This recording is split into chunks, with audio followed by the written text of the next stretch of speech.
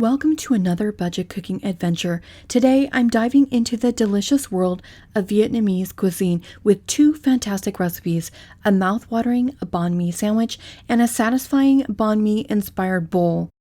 These recipes highlight the fresh produce of summer, require very little cooking, and contain simple and affordable ingredients. So let's get started first with the banh mi sandwich.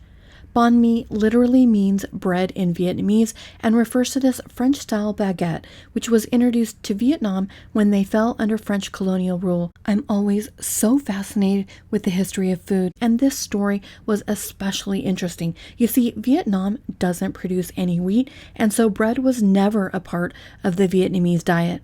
But when the French came to Vietnam, they brought their beloved baguette bread with them. At first, the Vietnamese people ate their bread much like the French did, typically with a platter of cold cuts, butter, cheese, or pâté. But in 1954, when the French rule ended, the Vietnamese people started imposing their own influences on the French sandwich. So they started using mayonnaise, cilantro, fresh chilies, and they also used pickled vegetables. The result has been this delicious banh mi sandwich that is now popular all over the world. It's inexpensive to make, and you can use whatever kind of protein you want. For my bread, I picked up this French loaf at Walmart for $1.47. I also spotted these French steak rolls that had 8 for $2.88, and these would have been perfect for our sandwiches. However, they were a little more expensive, so I opted for the cheaper loaf. For my proteins, I'm making two versions. I'll make a vegetarian option with tofu, but I'm wondering how it would be with this vegan bacon or even with a grilled portobello mushroom. Along with the tofu, I'll also make a chicken banh mi. I picked up these breast tenderloins at Walmart for $3.47 a pound. I could have saved about 50 cents a pound if I bought the larger breast, but we are in the heat of summer and I'm looking for all of the shortcuts I possibly can get. I also have some of the leftover pork belly in my freezer, which I thought would make a very inexpensive banh mi if you wanted to go that route, or you could use bacon from Dollar Tree. Another one of the reasons I like this sandwich so much is due to the fresh herbs. I'll be using cilantro, and I don't have it pictured here, but I'm also going to be using some fresh mint. If you have it available, you can also use Thai basil instead of the mint. I have one Persian cucumber, but English cucumber works also. I have one daikon radish that I already had in my fridge. If you don't have access to daikon, you can always use regular radish. I took another shortcut with the pre-shredded carrots, but you can certainly grate your own as a cheaper option. I only needed one lime and one jalapeno. But before I continue, I want to thank the sponsor of today's video, Kyoku Chef Knives. Kyoku makes a variety of Japanese steel blades that are perfect for chopping, slicing, and dicing. Kyoku draws from the samurai's legacy, creating affordable high-end Japanese cutlery for chefs and home cooks worldwide with a passion for culinary creativity. They sent me this 5-inch set of 4 serrated steak knives. I love the way these were packaged, with each knife individually wrapped with a protective guard on the end, and each knife having its own protective sheath. These knives have a nice solid feel and a beautiful design. I'm looking forward to trying these today when I make my recipe. Kyoku is extending a 20% off discount to my viewers that use the code KYOKUDGC. I'll put that code along with links to their website in the description area of my video. The first thing I'm going to do is make a marinade for my protein.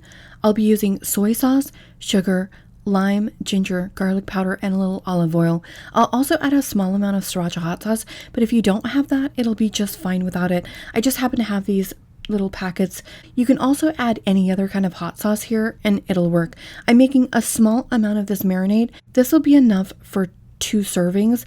I'll put the recipe in the description area. If you're cooking for more people, then obviously just double or triple that recipe.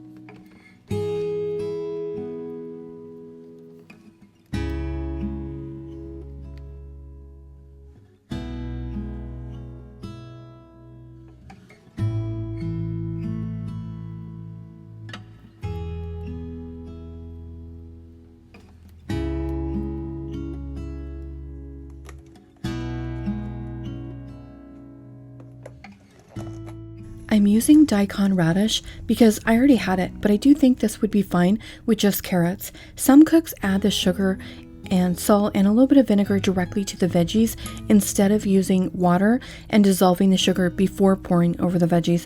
But I wanted to try this method because it's obviously a much easier way to do it, but I'm not sure how well it's gonna pickle the vegetables. We have 3 options for cutting the cucumbers. We could do matchsticks, ribbons, or circles. I'm going to go for circles because it's the only cut that I think is going to give me the kind of crunch that I want. And they'll need to be thick circles just like this. I'm trying vegan mayonnaise for the first time today, and I'm quite surprised that it tastes just like regular mayonnaise, but with 0 cholesterol. I'm making a spicy mayo to use on both the banh mi sandwiches and the bowls that I'll make.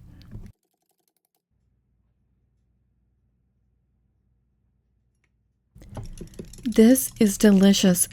This next step is completely optional. I'm adding a couple of drops of sesame oil. It's going to add to the umami flavor.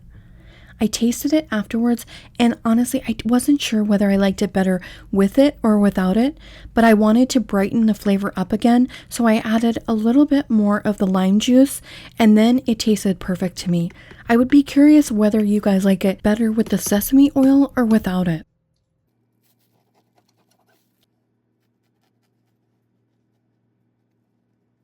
I'm pulling out some of the bread to make a cavity for my fillings. You can always use the bread that you pull out to make croutons or a stuffing with.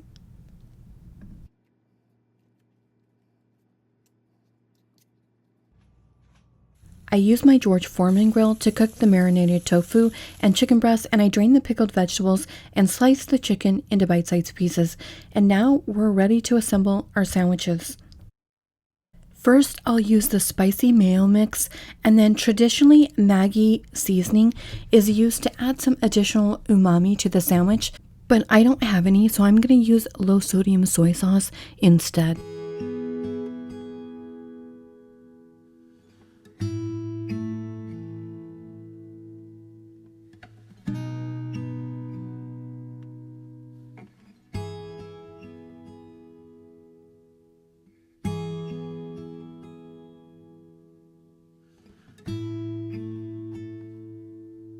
If you don't have central air conditioning, you may want to skip the jalapenos.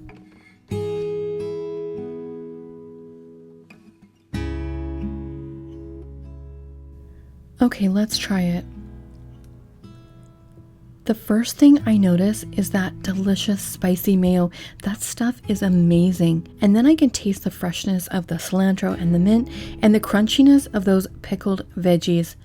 I do taste a slight saltiness, which just kind of adds to the overall balance of all of these flavors. This is a delicious sandwich. I would definitely make this again. And here's a look at the chicken banh mi that I made.